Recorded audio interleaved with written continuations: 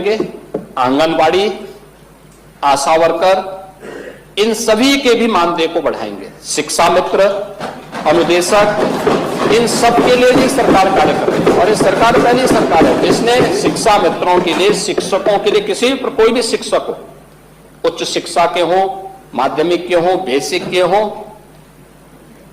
वे शिक्षा मित्र हो, अनुदेशक हो, इन सबको, शिक्षणोत्तर कर्मचारियों, इनको हम लोगों ने 5 लाख रुपए तक की कैशलेस स्वास्थ्य की सुविधा उपलब्ध करवाई। ये सभी को उपलब्ध करवा चुके हैं। 1 अप्रैल से लागू भी हो जाएगा।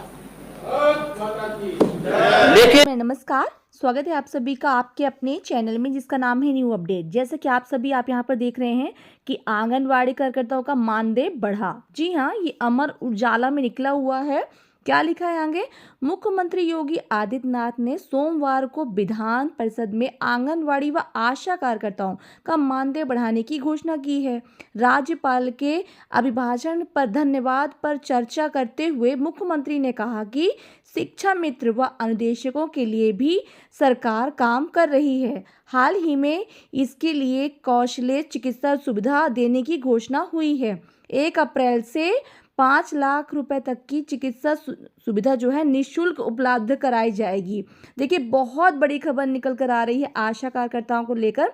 आगे लिखा है, सीएम ने प्रदेश में मौजूद कानून व्यवस्था पर कहा कि पहले कहा जाता था कि देख सपाई बिटिया घबराई, अब बेटियां रात की शिफ्ट में भी काम कर रही हैं, काम करते सुकून से घर जाती हैं। विकास में पहली शर्त कानून का राज के लक्ष्य को पाने के लिए सरकार ने मजबूती से काम किया है। आप देख सकते हैं यहाँ पे सरकार ने बहुत सारी चीज़ें बताई हैं। इसके पहले ही मैंने वीडियो में बताया है कि सरकार ने बहुत से विभागों पर काम किया है, लेकिन आशा, आंगनवाड़ी कार्यकर्ताएं, शिक्षा मित्र, अनुदेशक, इन सभी के मानदेय में वृद्धि कर दी गई है। आप यहाँ पे देख सकते हैं कि पूर्व में एनसीटीई की गाइडलाइन के अनुसार हुई थी, लेकिन अभी हाल में ही माननीय सर्वोच्च न्यायालय ने निर्णय दिया है कि जो शिक्षक टेट उत्तीर्ण नहीं है उनको टेट उत्तीर्ण करना अनिवार्य है। क्या उस विषय पर सरकार कोई विधिक राय लेकर उस पर उत्तर प्रदेश के शिक्षकों को राहत दिलाने के लिए कोई प्रयास करेगी कि नहीं करेगी? और आपके माध्यम से मानवर मेरा दूसरा प्रश्न है कि जो बेसिक शिक्षा में सर शिक्षा मित्र और अनुदेशक कार्य कर रहे हैं, अनुदेशकों के मानदेय बढ़ाने के लिए माननीय न्यायालय ने भी निर्देश जारी किया है, तो क्या उत्तर प्रदेश सरकार शिक्षा मित्रों और अनुदेशकों को प्रति माह कम से कम 30,000 रुपये तक का मानदेय देने की व्यवस्था करेगी कि नहीं करेगी? और जो अनिवार्यता के लिए माननीय सुप्रीम कोर्ट ने अपना जजमेंट दिया है, उस पर आपके माध्यम से प्रश्न किया है। ये पूरे देश भर के लिए लागू है और इस संबंध में हम उत्तर प्रदेश की तरफ से, उत्तर प्रदेश सरकार इसके लिए रिव्यू में पहले से ही जा चुकी है कि जो माननीय न्यायालय का निर्णय टेट को अनिवार्य करने का आया है उसको एक बार पुनः उस पर विचार कर लिया जाए।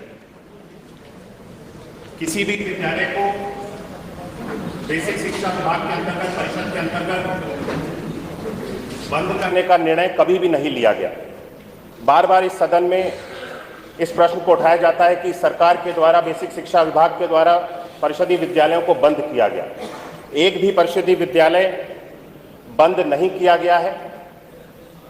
जहां तक माननीय सदस्य ने शिक्षा मित्रों के और अनुदेशकों के मानदेय के संबंध में प्रश्न उठाया, हालांकि वो प्रश्न से, मूल प्रश्न से अलग है, लेकिन मैं इसके बारे में भी जानकारी आपके माध्यम से सदन को दे देता हूं कि शिक्षा मित्र और अनुदेशक हमारे विभाग के अंतर्गत बहुत लंबे समय से कार्यरत हैं और उनका जो योगदान है हमारे विभाग के लिए बहुत महत्वपूर्ण है।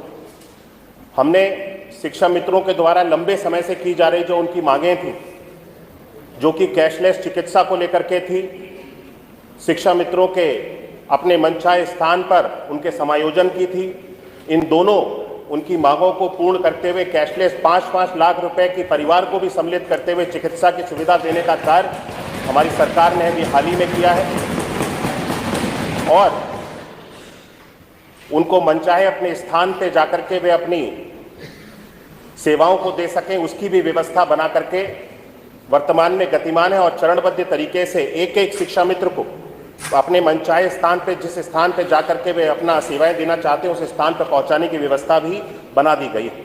मानदेय को लेकर के माननीय सदस्य ने प्रश्न उठाया। वर्तमान में इसके ऊपर विचार किया जा रहा है मंत्रिपरिषद के द्वारा और माननीय मुख्यमंत्री जी के द्वारा इस पर विचार किया जा रहा है और जो भी इसका मत बनता है आपके माध्यम से सदन को अवगत कराया जाए। प्रश्न संख्या 3